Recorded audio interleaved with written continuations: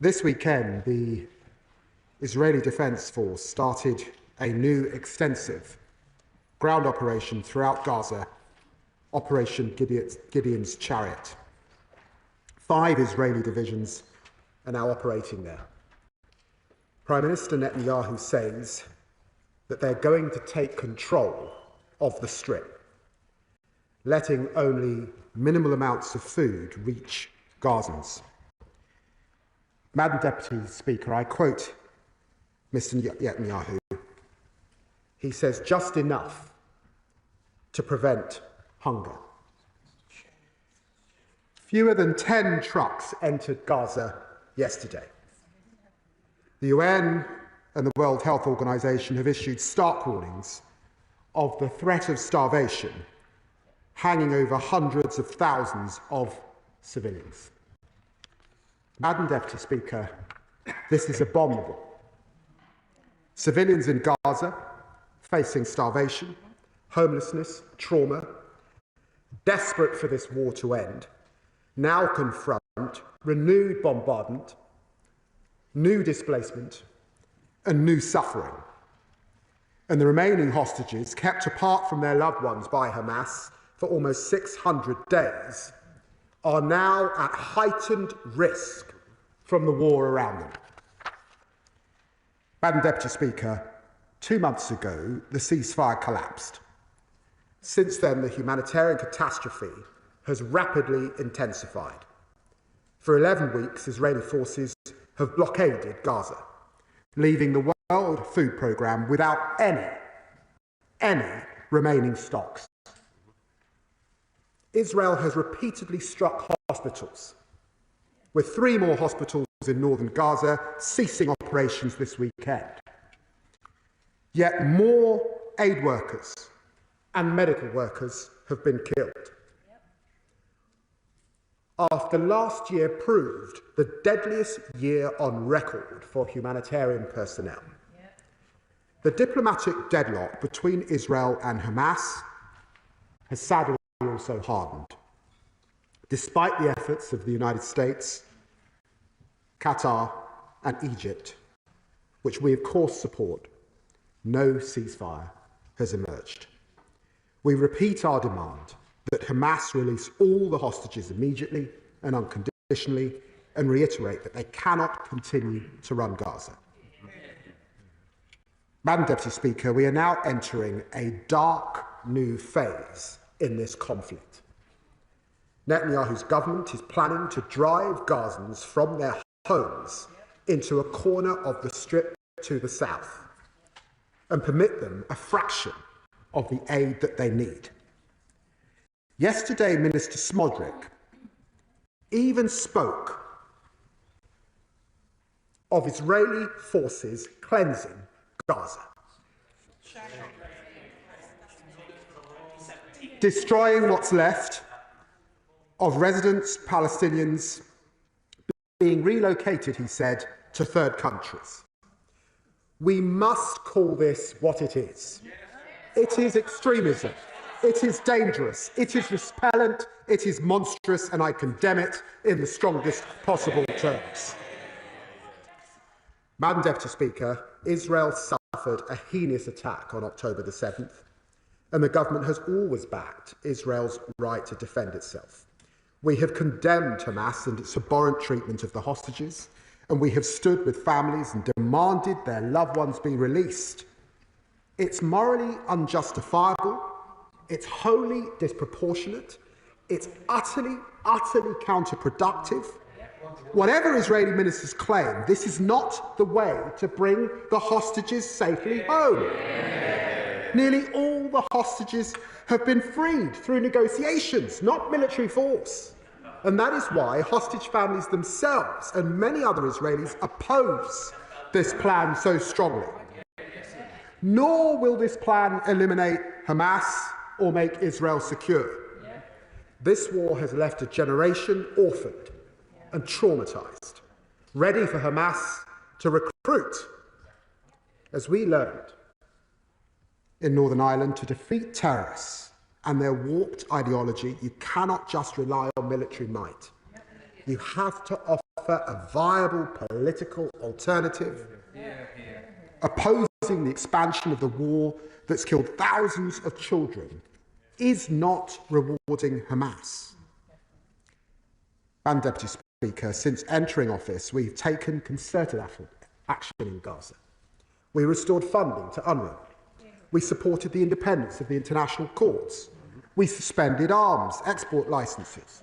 We provided food and medical care to hundreds and thousands of Gazans. We've worked with Arab partners on a plan to ensure a reconstructed Gaza no longer run by Hamas. And since Israel restarted strikes on Gaza, this government has demanded Israel change course. Privately, in my conversations with Foreign Minister Saar and Strategic Affairs Minister Derman, publicly in repeated joint statements with my French and German counterparts, we've made clear that Israel's actions are intolerable. We have raised our concerns in the UN Security Council and before the International Court of Justice. Yesterday, my honourable friend, the Prime Minister, joined leaders from France and Canada strongly opposing the expansion of Israel's military operations. And the UK led a further statement with 27 partners criticising Israel's proposed new aid delivery mechanism and defending the essential humanitarian principles of the international system that the UK did so much to establish in the first place. Our message is clear. There is a UN plan ready to deliver aid at scale, needed with mitigations against aid diversion. There are brave humanitarians ready to do their jobs. There are over 9,000 trucks at the border. Prime Minister Netanyahu, end this blockade now and let the aid in. Regrettably, Madam Deputy Speaker, despite our efforts, this Israeli government's egregious actions and rhetoric have continued.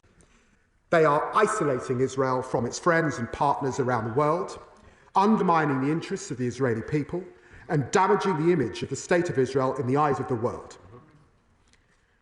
I find this deeply painful as a lifelong friend of Israel and a believer in the values that were expressed in its Declaration of Independence.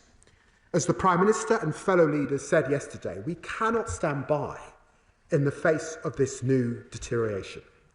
It is incompatible with the principles that underpin our bilateral relationship, rejected by members across this House, and frankly, it's an affront to the values of the British people. Therefore, today, I'm announcing that we have suspended negotiations with this Israeli government on a new free trade agreement. We will be reviewing cooperation with them under the 2030 bilateral roadmap. The Netanyahu's government's actions have made this necessary, Madam Deputy Speaker. Today, my honourable friend, the Minister for the Middle East, is summoning the Israeli ambassador to the Foreign Office to convey this message. I say now to the people of Israel, I want a strong friendship with you based on shared values, with flourishing ties between our people and societies. We are unwavering in our commitment to your security and to your future, to countering the very real threat from Iran, the scourge of terrorism, and the evils of anti-Semitism. But the conduct of the war in Gaza is damaging our relationship with your government. And as the Prime Minister has said, if Israel pursues this military offensive, as it has threatened, failing to ensure the unhindered provision of aid, we will take further action in response. The UK, Mr. Speaker, will not give up on a two-state solution. Israelis living in secure borders, recognised and at peace with their neighbours, free from the threat of terrorism. Palestinians living in their own state, in dignity and security, free of occupation. The two-state solution remains the ideal framework, indeed the only framework for a just and lasting peace. But as the House knows, its very viability is in peril. endangered not only by the war in Gaza, but by the spread of illegal Israeli settlements and outposts across the occupied West Bank, with the explicit support of this Israeli government. There are now weekly meetings to improve new settlement construction. Settlement approval has accelerated, while settler violence has soared. Here too we have acted, repeatedly pressing for change in this course and direction, sanctioning 7 entities in October and signing a landmark agreement to bolster support for the Palestinian Authority when Prime Minister Mustafa visited London just last month. But here too we must do more. Today we are therefore imposing sanctions on a further 3 individuals and 4 entities involved in the settler movement. I have seen for myself the consequences of settler violence, the fear of its victim, the impunity of its perpetrators. Today we are demonstrating again that we will continue to act against those who are carrying out heinous abuses of human rights. Madam Deputy Speaker, despite the glimmer of hope from January's ceasefire, the suffering from this conflict has worsened. But January showed another path was possible. We urge Netanyahu's government to choose this path. The world is judging. History will judge them.